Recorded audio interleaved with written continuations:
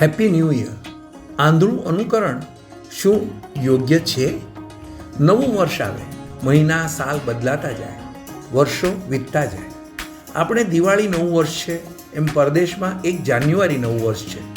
બંનેના નવા વર્ષ ઉજવવામાં આનંદ એ મુખ્ય વાત સમાયેલી છે. કોઈ વાર વિચાર થાય એમની અને આપણી રીતમાં ખૂબ તફાવત છે. મૂળભૂત આવા તહેવારો ઉજવવા પાછળ બીજો એક હેતુ એવો પણ ખરો કે વર્ષભર જેને નથી મળ્યા એને મળી શકીએ. અહીં જે વાત કરવી છે એ સરખામણી કે સારા નરસાની કે ખરાબની નથી કરવી, પરંતુ બીજી પ્રથા ઉજવણીની રીત સારી હોય તો અપનાવવી જોઈએ, પરંતુ દેખાદેખીમાં કરવું, આંધળું અનુકરણ કરવું, પ્રસંગની ગરિમા જળવાય નહીં એવું કરવું, એનો અર્થ છે. ચાલો વિચારીએ.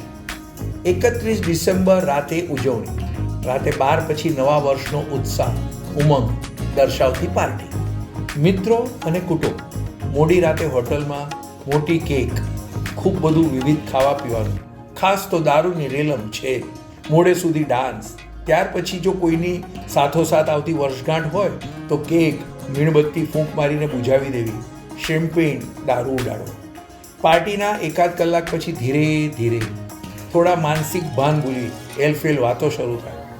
ઘરે મોડા જવું, સવારે કહો બપોરે ઉઠવું, હેંગઓવર. 1 જાન્યુઆરી નવું વર્ષ, ઉઠ્યા રોજ કરતાં મોડા, સવાર થતાં જ બપોર થઈ ગઈ. બીજી બાજુ આપણી નવા વર્ષની ઉજવણીની પ્રથા કંઈક આવી છે. નવા વર્ષના પહેલા જ 5 દિવસથી દીવા કરવા શરૂ થાય. એ પહેલાં ઘરની સફાઈ થાય, મંદિર અને ઘરે શ્રદ્ધા મુજબ ઈશ્વર સ્મરણ કરવાનું શરૂ થાય. એની પહેલાં નવરાત્રિ શરૂ થાય અને ત્યારથી ઉમંગ ઉલ્લાસનું વાતાવરણ શરૂ થાય. નવરાત્રિ એટલે શું?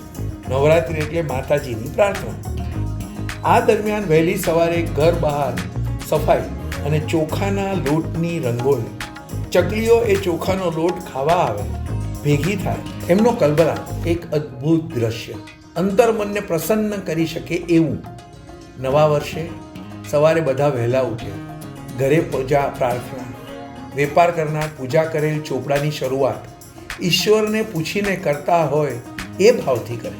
બીજે દિવસે ભાઈબીજ, બહેન ભાઈના સાચા ભાવને ઉજવતો તહેવાર, ઉજવતો દિવસ. ટૂંકમાં નવરાત્રિથી ભાઈબીજ, પ્રભુ પ્રાર્થનાની સાથોસાથ તહેવાર, ઉમંગ ઉલ્લાસ, જ્ઞાનના અજવાળાની માગણી કરતું પર્વ બની જાય છે. બધું કંઈ નહીં, મીણબત્તી બુઝાવી ઉજવાતી રાત, સાથે દીવા પ્રગટાવી ઉજવાતી પરોળની સરખામણી ક્યાં કરવી? આ તો વિચાર, બાકી જેને જે ગમે તે ખરું.